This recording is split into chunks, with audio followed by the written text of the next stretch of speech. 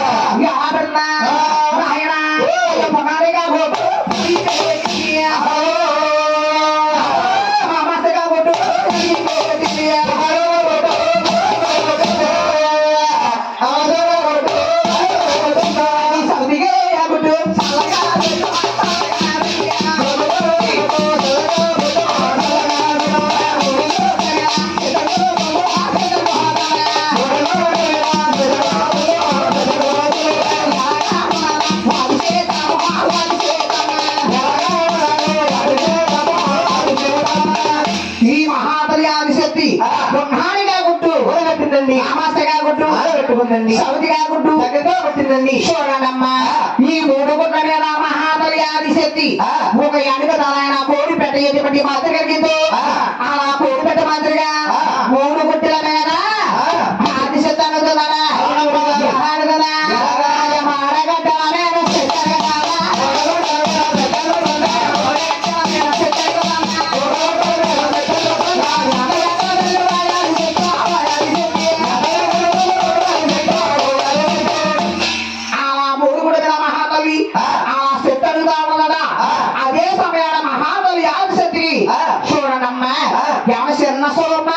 స్వరూపం బంగళా ఉంది. ఈ మహాబలికి అదే సమయాన ఆగ పుట్టి వచ్చినారా ఎప్పుడు ఆగ పుట్టిందో అది తెలియన్నా ఆగలి ఆగలాగా ఆయన ఆగలే ఆగల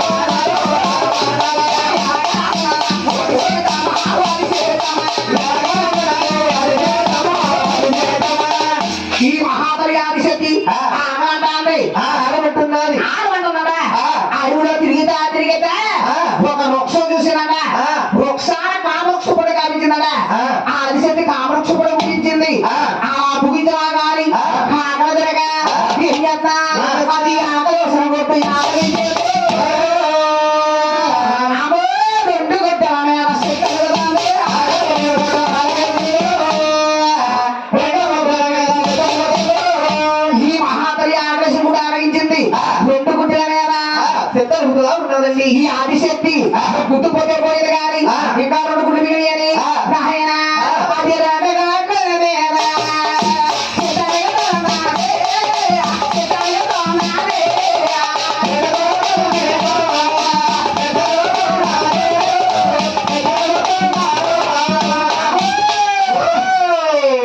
అది ఎలాగ ఉన్నారే పోయాలి చేద్దామే పోయాలి చేద్దామే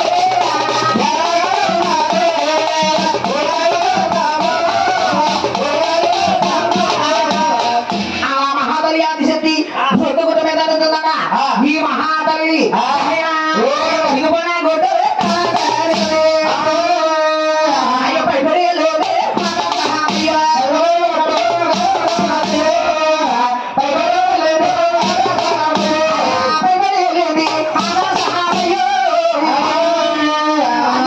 వచ్చింది